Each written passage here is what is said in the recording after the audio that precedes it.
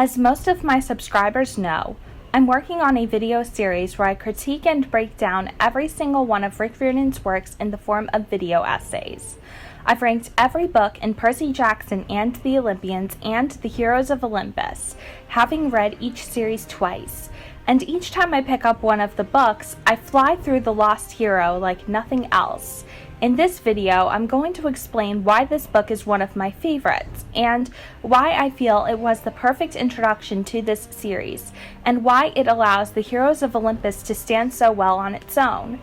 Also be sure to check out my public Instagram, where I post behind the scenes to a lot of my content that gets posted on here. I also post about my ventures with writing a novel that I am working on, as well as my most recent headshot photos for acting agencies to look at. So with that out of the way, let's dive into my video essay of the Heroes of Olympus, The Lost Hero.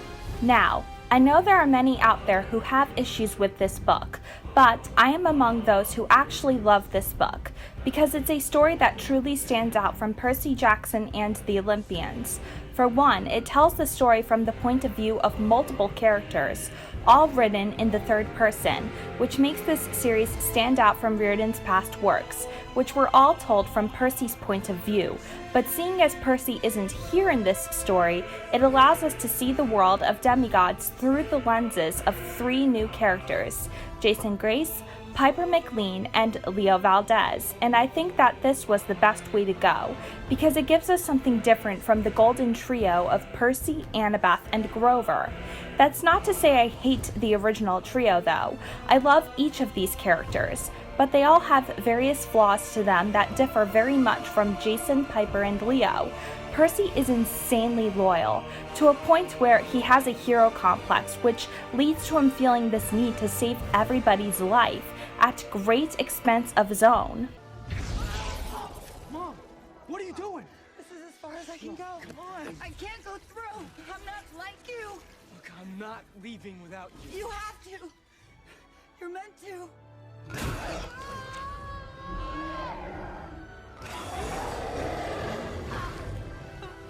Put my mother down! Annabeth is a know-it-all who always has to be right, and her pride is the very thing that almost always gets her killed. Grover starts off as an insecure, terrified, nervous wreck with very little self-confidence, and it almost always gets him in trouble. But with Jason, Piper, and Leo, it's very different. Jason, like Percy, has a hero complex, but he's very indecisive about where he belongs, which is so evident within the first few pages of this book. Piper is insecure, and she absolutely hates it when attention is drawn on her. Yet, surprisingly, she does outrageous acts to get attention from her father, movie star Tristan McLean. And Leo has extreme issues with inferiority, constantly feeling like the third wheel and thinking he's less valuable than Jason and Piper. All these flaws are shown in The Lost Hero, and it automatically sets them apart. I also cannot talk about the characters without discussing how much I adore Piper McLean, and why I am so glad Riordan didn't make her another Annabeth. Although they both serve as the love interest to the main hero, Piper is almost the complete opposite of Annabeth, who is a perfectionist in every way. I love that Riordan allowed Piper to be messy and to have this aura of warmth to her, and that she cares so very little about what she looks like, to the point where she gives herself bad haircuts with craft scissors. Piper doesn't spend all her time thinking about how she can be bigger and better. She just wants everything simplified, and she just desires a quiet life with her father, without paparazzi following her everywhere she goes. She actually reminds me of me in a way. She is down to earth and not at all blinded by the glamorous lifestyle of being a movie star's daughter. In fact, she wants absolutely none of that. And I love how Riordan wrote her and Leo, how he allowed their different nationalities to enhance who they are as characters and really complement them. Piper being half Cherokee doesn't completely define her, much like how Leo Leo being half Mexican American doesn't define him. It's simply a small part of her that adds layers and complexity, and her understanding of the ancient Cherokee myths gives Piper her own sort of wisdom that's quite different from Annabeth's. She's an amazing character, and I didn't think I could fall in love with a character so quickly until I read from her point of view, because I'd never felt more in tune with a female character before. I almost feel Piper and I see the world through a similar lens, and each time I read this book, I just connect with her so deeply, especially when Piper meets her mom, Aphrodite, in her dreams. And Aphrodite says, "Beauty is about finding the right fit, the most natural fit. To be perfect, you have to feel perfect about yourself. Avoid trying to be something you're not." That's why I love and connect with Piper so much. It's because she's so true to herself, and she doesn't need to put on a show to please other people. She's unapologetically real and naturally a beautiful person on the inside, which makes Medea the perfect adversary to her. Piper uses her charm speak to comfort and soothe and act as a peacemaker, while Medea uses her charm speak to bring out Hero's worst insecurities and cause chaos and destruction.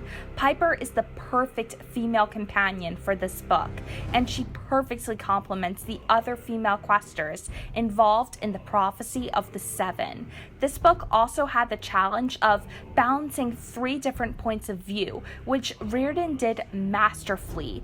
Giving each character 2 chapters to tell from their perspective really provides great balance to the story, and you find something to appreciate about Jason, Piper, and Leo whenever you read from their perspectives and you see the world through their eyes. It's a style of writing that I was not quite used to, and it really feels like Rick was influenced by George R.R. Martin's style of writing, since Martin switches between perspectives of various characters in his series, A Song of Fire and Ice.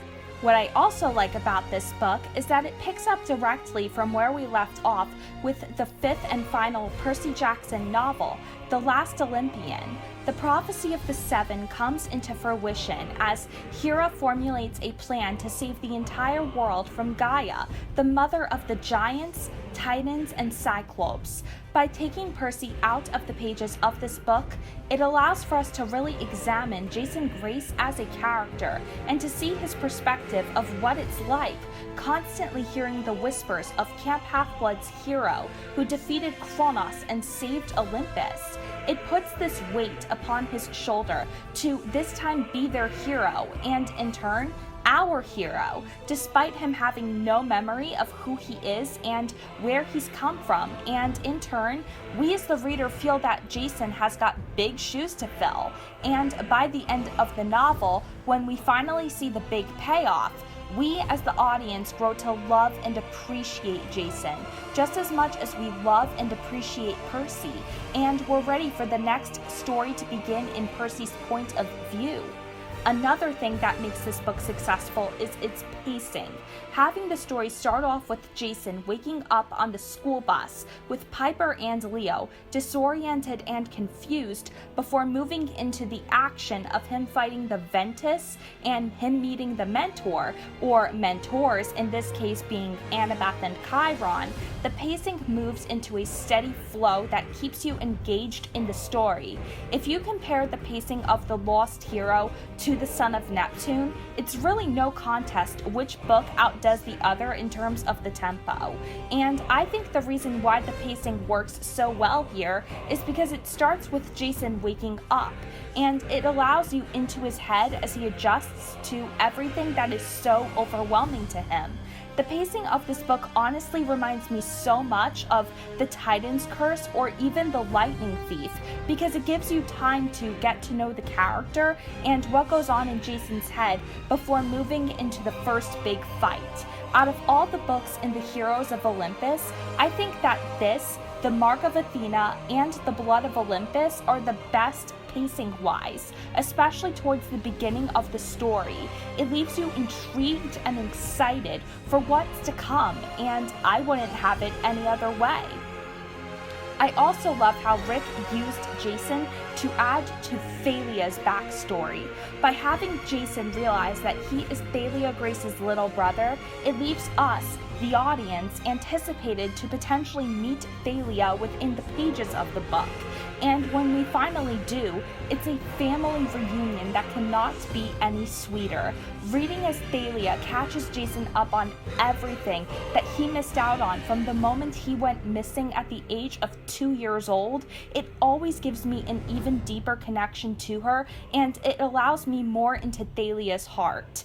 It also makes me think back to the Sea of Monsters, where Annabeth says Thalia and Percy are so similar in personality. It's actually quite scary that they'd either be best friends or they'd kill each other. Knowing that Jason and Thalia are siblings and knowing they both have this charisma to lead, it really does add up when Jason and Percy meet for the first time in the Mark of Athena, and they develop this jealousy of each other, which the Eidolons end up using against them. Jason and Thalia's first moments with Percy parallel one another in so many ways, and this was just brilliant writing on Riordan's part. I also want to discuss the battle at the Wolf House, which is where everything builds up and we see what we've all been waiting for. The way this battle was written tied so perfectly with the battle atop Mount Diablo when they rescue Piper's dad from the anti-Athena. I love the unity the kids have here, how they all work together to free Hera from the earth-woven cage, and how all the hunters of Artemis have some way to participate. It honestly reminds me of the battle against Atlas and Luke in the Titan's Curse, where everyone plays a part and does what they're good at, and they're all united together. And each time I read the moment where Jason yells out and declares who he is to Porphyrion, saying he is the praetor of the First Legion and that he destroyed Kronos' throne, chills go up and down my body as I get deeply into reading it. Every time I read it, I find myself shouting his dialogue at the top of my voice. It's one of the most badass moments of the whole book, and it leaves you satisfied to no end. I also love how this book ended on a high but ambiguous note. Reading Jason's final words as he says that there's another demigod camp and that is the place where Percy is being sent as the exchange, it just floods you with anticipation. It makes you realize that the next book will start off with Percy's point of view as he heads towards the Roman demigod camp in San Francisco, which was always said to be far too dangerous for the Greek demigods to live because the mist in San Francisco is so thick. Reason being, it hides the existence of the Roman demigods in order to keep them apart, to prevent another potential war between the Romans and the Greeks. So knowing that Camp Jupiter was having its own adventures and Jason was potentially having his own story arc while Percy was simultaneously saving the world from Kronos, it makes me want an entire series of 5 books just about Jason's adventures prior to the Heroes of Olympus. I think that has potential for something great. Please, Uncle Rick. Overall, this book is very successful, and by having Percy not physically be present, it allows this book to stand very well on its own, and in turn, makes this entire series as a whole stand on its own. You can read this as a standalone saga without having read Percy Jackson and the Olympians, and you're able to get a general idea of everything. It explains everything without it having to be said, and that's what makes Rick Riordan such a brilliant writer, in my opinion. The fact that he was able to make this series stand so well on its own takes some serious talent, and I, for one, cannot praise this book enough for its pacing, characters, romance, and development.